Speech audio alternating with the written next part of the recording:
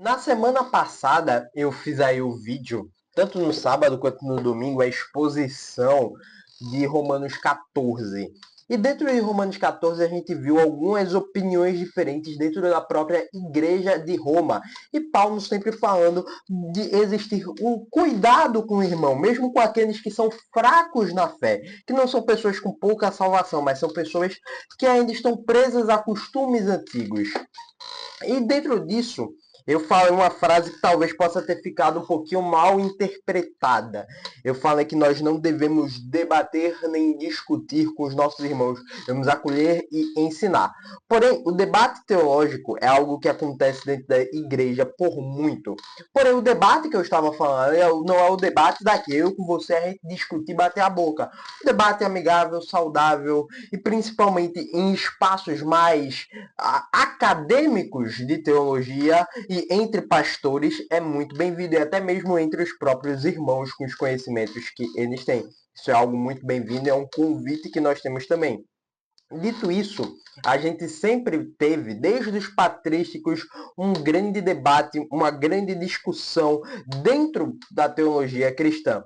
Não é sobre divindade de Cristo, ou sobre trindade, ou salvação só pela graça, mas principalmente desde a reforma isso daí já foi bem estabelecido, e até com os patrísticos isso daí também já foi muito implementado, inclusive combatido pelos apóstolos, heresias de que seria Jesus Cristo mais alguma coisa, que a trindade não exista e que Cristo não é Deus. A gente já combateu muito isso. Mas como Deus governa a história? Israel e a igreja são o mesmo povo ou são povos distintos? As promessas do Antigo Testamento ainda pertencem a Israel ou pertencem à igreja? O milênio, que aparece lá em Apocalipse 20, será algo literal, acontecerá ou não? Vai existir um arrebatamento. Os crentes, na volta de Cristo, vão ser arrebatados assim, vai ficar só a plebe e as pessoas que não aceitaram Jesus Cristo antes da tribulação, da grande tribulação. Bom, essas perguntas que são muito debatidas até nos dias de hoje é o que divide. E quando você fala qual a sua vertente, já cai esse escopo todo sobre você. Essas perguntas dividem as duas principais escolas de interpretação e hermenêutica bíblica. Nós temos o aliancismo e o dispensacionalismo. As duas afirmam inspiração da Bíblia, autoridade das Escrituras, a divindade de Cristo, salvação pela graça mediante a fé, mas chegam a conclusões muito diferentes sobre o plano de Deus na história. Dentro disso não é algo quadrado ou tem alguma forma geométrica com dois lados, não sei, mas não é algo quadrado, assim por se dizer, onde parte no meio, de um lado é aliancismo, do outro é dispensacionalismo e não tem vertentes. Mas eu diria que dentro das vertentes do aliancismo nós temos braços, dentro das vertentes do dispensacionalismo nós temos braços. E no vídeo de hoje a gente vai entender um pouquinho mais o aliancismo, o que é o dispensacionalismo e vamos navegar um pouquinho mais por essas escolas interpretativas bíblicas da teologia cristã. Se você não conhece aqui o canal, me chamo Igor Rafaelo, sou curioso em teologia, brinco de estudar um pouquinho teologia e eu tento trazer um conteúdo para você de qualidade aqui, com bastante informação, não muita edição, você assiste se você quiser, mas se inscreve no canal, deixa o seu gostei e vamos embora pro vídeo. Bora lá. Para começarmos, o que seria o aliancismo? O aliancismo entende que Deus conduz toda a história através de alianças, ou seja, é o próprio Deus que conduz a história e é através de alianças que ele faz com determinadas pessoas que pegam para um escopo geral. Ou seja, a ideia do cabeça federal, que a gente vê mais ou menos ali em Romanos 5, também se aplica a essas alianças de Deus. Normalmente Deus faz essas alianças com uma única pessoa ou um único cabeça federal, um único representante, e serve para o restante do povo. A Bíblia possui uma única história. Isso daqui é algo real e oficial que vem do aliancismo, e hoje até a maioria das vertentes bíblicas, da maioria das igrejas entendem que a Bíblia possui essa única história. E existe apenas um único povo de Deus. Israel se convergiu na igreja no Novo Testamento. Isso daqui é o pensamento aniacismo. O Antigo e o Novo Testamento não contam histórias diferentes. São histórias que conduzem a um fim, a um princípio, que é a adoração a Deus, ao fim deste mundo, ao fim do pecado, a salvação por Cristo mediante a graça e a glorificação dos eleitos de Deus. E toda a Bíblia, tanto o Antigo quanto o Novo Testamento, contam uma única história de redenção. A história de redenção do povo de Deus. Por isso, para o aliancismo, a unidade da Bíblia é mais importante do que divisões históricas, do que as suas divisões históricas. As três alianças, que são as três alianças do aliancismo clássico, que é a vertente mais antiga e compactual, a que muita gente ainda segue hoje também do aliancismo, é que Deus fez três alianças com os homens. A primeira, a aliança da redenção, que foi a aliança antes da criação, que o Pai, o Filho e o Espírito Santo já fizeram, porque lembramos, eles governam, ou melhor, ele governa a história, o Deus triuno que se aparece de forma diferente como Pai, como Filho e como o Espírito. Eles já fizeram essa redenção. O Pai envia, o Filho aceita... fizeram essa aliança. O Pai envia, o Filho aceita morrer e o Espírito aplica a redenção no coração da sua criação, no coração do ser humano. Essa aliança não aparece explicitamente escrita na Bíblia, mas é entendida como uma construção teológica baseada em vários textos bíblicos. A segunda grande aliança que se tem dentro do aliancismo é a aliança das obras, feita com Adão no jardim do Éden antes da queda. Se Adão obedecesse, viveria. Lembramos, o escopo aliancista é mais seguido pela teologia calvinista, que acredita na predestinação e que o homem não tem um livre-arbítrio, e sim é Deus que escolhe. Adão seria o único homem que teve o livre-arbítrio de escolher e não tinha a vontade do pecado intrínseco na natureza dele. Pois ele, como cabeça federal, aí sim emergiu para toda a humanidade. Então, se Adão obedecesse, a humanidade viveria, mas Adão escolheu pecar deliberadamente. E vale a pena lembrar que isso daqui não anula a responsabilidade. A responsabilidade não, isso não anula a soberania de Deus. Deus já sabia que isso ia acontecer, tanto que já fez a primeira aliança entre a sua natureza triuna. Ao pecar, Adão trouxe condenação para toda a humanidade. E Romanos 5 utiliza isso frequentemente para explicar esse conceito. E a última grande aliança é a aliança da graça, que começa após a queda. É a história de redenção até convergir na morte e ressurreição de Cristo Jesus. Noé, Abraão, Moisés, Davi, a nova aliança, todos seriam administradores diferentes da mesma aliança da graça. Essas são as três alianças que se tem, as três grandes alianças do aliancismo clássico. E isso daqui já compactua, já nos leva a como eles enxergam outros meios bíblicos, assim por se dizer. Por exemplo, vamos passar aqui por alguns. Como os aliancistas, como o aliancismo vê Israel. Israel era o povo da antiga administração. A igreja é o povo da nova administração. É como se a graça no Antigo Testamento fosse uma empresa e eles eram os antigos administradores desta empresa. E era para o povo hebreu, para o povo de Israel. Na nova aliança, a igreja é a continuação do povo de Israel. Não é como que eu posso dizer, não é a nova administração, eles são o povo da nova aliança, são o povo da nova administração. Ou seja, existe uma continuidade entre Israel e igreja. A igreja é a evolução, entre muitas aspas, de Israel. Não são dois povos, é um único povo em épocas diferentes. Em Romanos 9, Paulo fala que nem todos que são de Israel são de fato israelitas. Bom, basicamente, nem todos que eram de Israel faziam parte do Israel espiritual, eram só de sangue.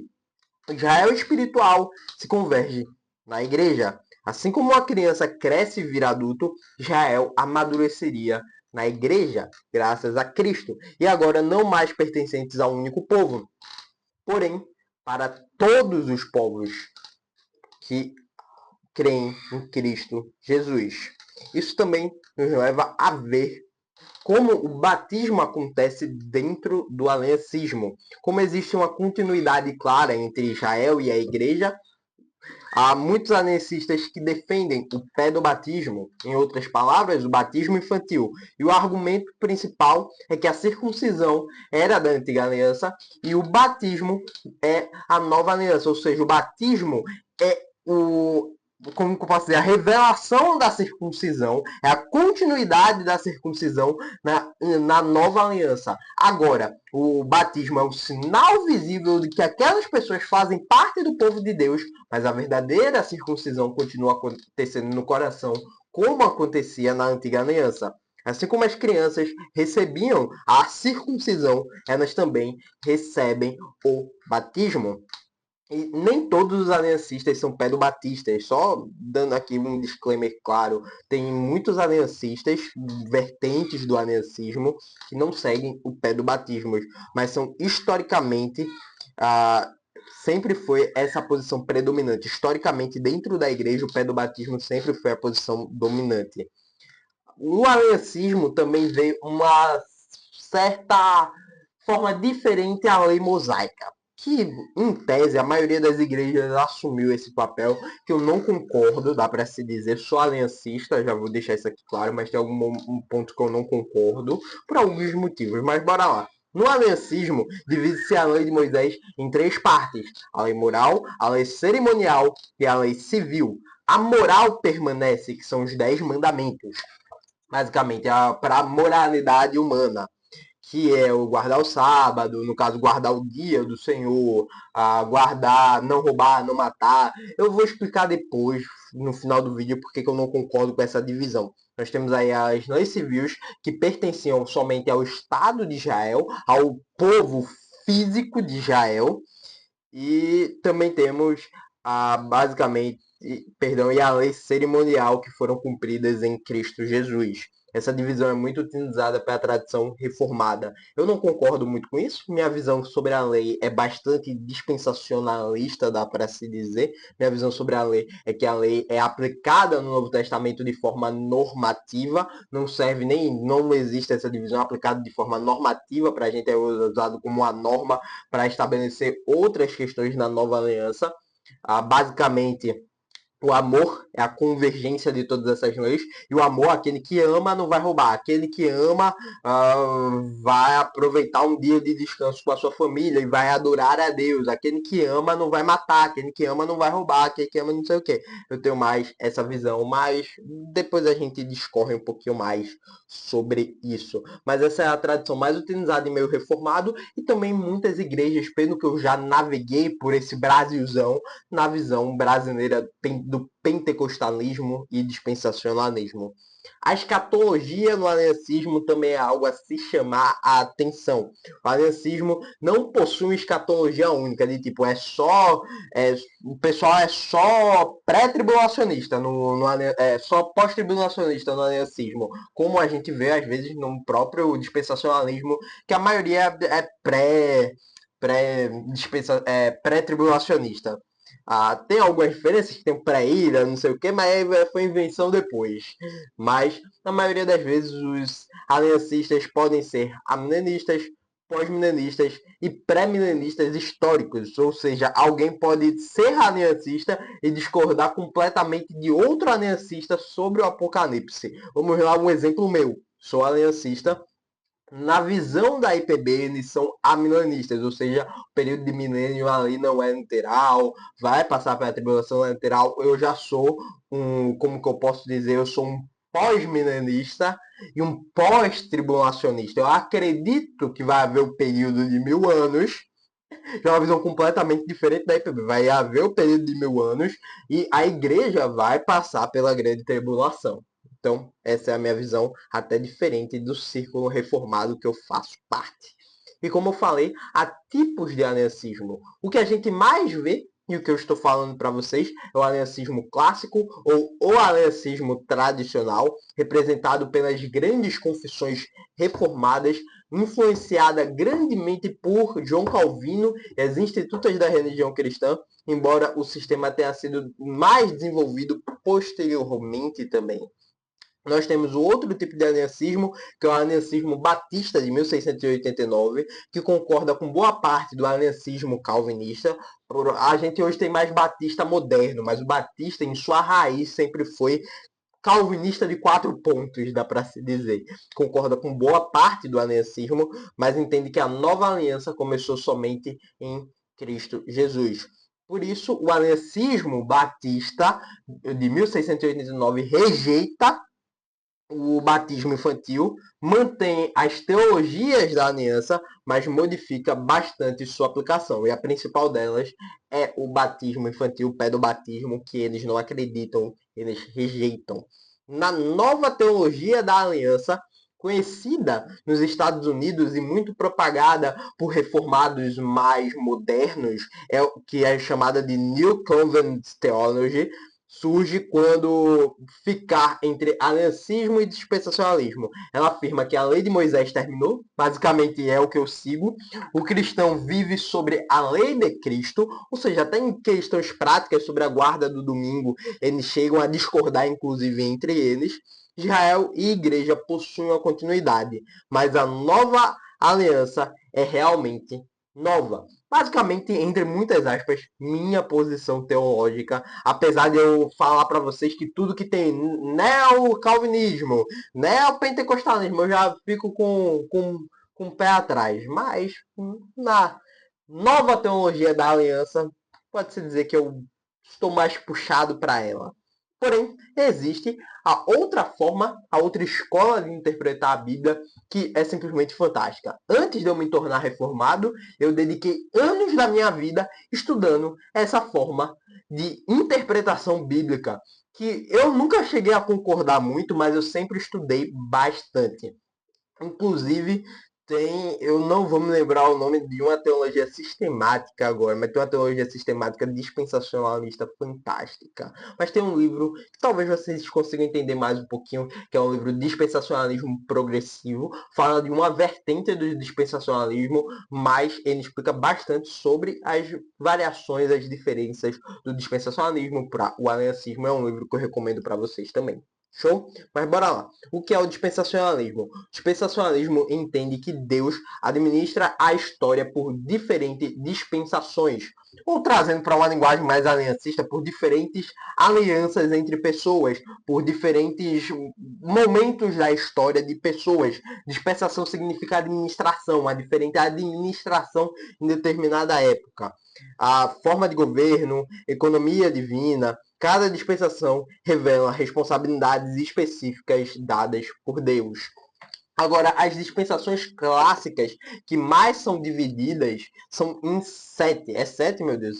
São 7 pequenas variações que os dispensacionalistas dividem, que basicamente é a seguinte: a inocência, Adão antes da queda, é uma forma de administração que Deus, que a Trindade tinha com a humanidade ali. A inocência, a gente chama de inocência. Nós temos a consciência, que é da queda até Noé, ou seja, da consciência, que quando o ser humano tomou consciência e agora estava dominado, na verdade não é nem dominado, mas pode dizer que estava pela depravação total e tinha consciência do que era certo e do que era errado. A terceira dispensação, o governo humano, que era após o dilúvio, que foi quando o povo começou a se espalhar e tudo mais, e a maldade voltou por conta do pecado no coração do homem. Quarto, promessa, que foi a promessa que Deus fez a Abraão e dura de Abraão até Moisés. A lei, que está em Moisés, que foi dada por Deus através de Moisés. e vai de Moisés até Cristo, ou seja, passa Moisés, profetas e Cristo, vai até Cristo. Aí temos a dispensação da graça, que é a era da igreja, não mais a era de Israel. Israel ainda tem promessas específicas para ela, segundo o dispensacionalismo, mas agora estamos na era da igreja. E o reino, que é o milênio, vai ser o milênio. A grande diferença entre as duas visões é que para o dispensacionalismo, Israel continua sendo Israel. É o povo de Deus, o povo escolhido por Deus. E a igreja continua sendo igreja. É o outro povo, entre muitas aspas, não é dessa forma que eles explicam, mas é o outro povo, é a igreja de Deus. São dois povos distintos dentro do plano divino. Não significa que são dois meios de salvação. Isso daí é um ataque aí de debate teológico, mas os dispensacionalistas não acreditam nisso. Todos são salvos pela graça mediante a fé de Cristo Jesus. Mas Deus possui promessas específicas para Israel e promessas específicas para a igreja. Eu vou dar minha opinião. As promessas de Israel têm continuidade para a igreja, tirando Romanos 11. Romanos 11 é específico para Israel, porque eles são a raiz, ou seja, vai ter sim as pessoas de Israel que vão ser abençoadas, que vão se converter por crer em Cristo Jesus. Então, bora lá. A hermenêutica dispensacionalista. O dispensacionalismo enfatiza a interpretação histórico-gramatical. As promessas feitas a Israel devem ser entendidas, em primeiro lugar, como dirigidas a Israel. Ou seja, isso daqui já quebra também outras ênfases de que as promessas servem para a gente também. Você, pai de nações, vai servir para você. Não, porque tem um pessoal que acredita nisso daí também. As promessas devem ser entendidas da antiga aliança como para Israel. E fazer essa distinção clara. Só seriam interpretadas pelo Novo Testamento quando explicitamente se faz isso. O futuro de Israel. Romanos 11 ocupa um lugar central na questão do futuro de Israel. O dispensacionalismo entende que Israel terá uma restauração nacional, ou seja, toda a nação de Israel, em algumas vertentes, outros têm a visão mais conservadora, que nem eu, vão ter a conversão futura. Eu acredito que alguns de Israel terão essa conversão futura. Nem todos de Israel são de fato israelitas. Eles acreditam nesse cumprimento literal das promessas e o reino messiânico.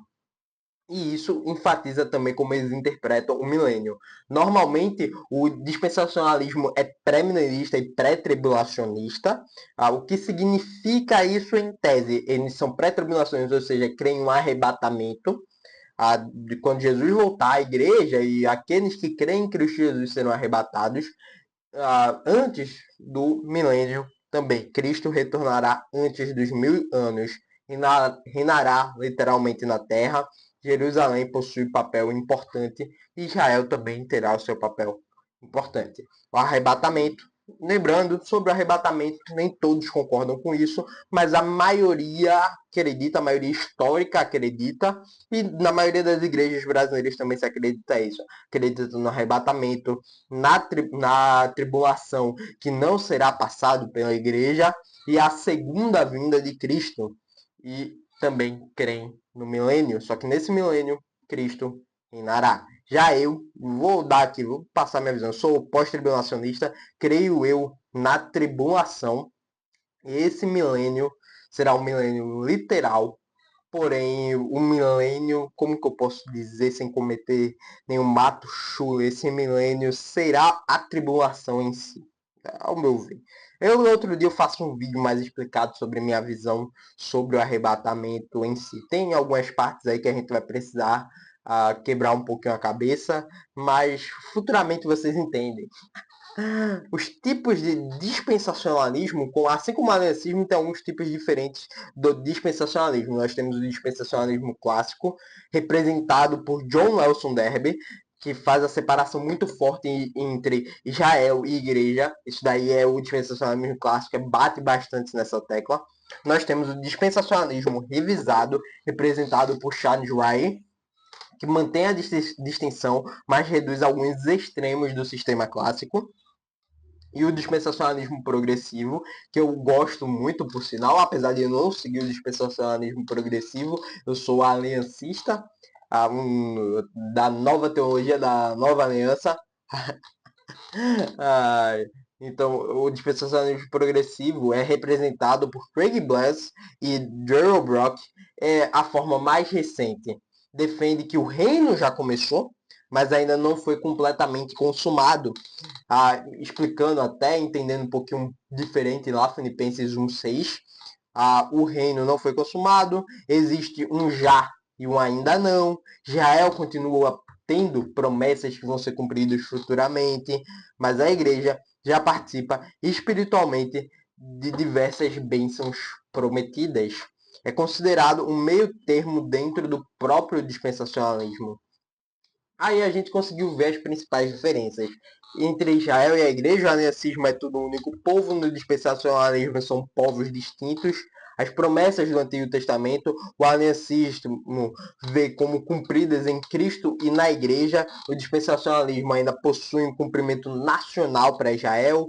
O milênio, normalmente os aliancistas podem ser amilenistas, pós-milenistas ou pré-milenistas históricos. E o dispensacionalismo quase sempre pré-milenista, também, e pós-tribulacionista, o arrebatamento, perdão, e pré-tribulacionista também, o arrebatamento, normalmente um único retorno de Cristo, os aliancistas acreditam, os dispensacionalistas defendem o arrebatamento distinto da manifestação gloriosa de Cristo, embora hajam diferentes posições dentro da visão dispensacionalista.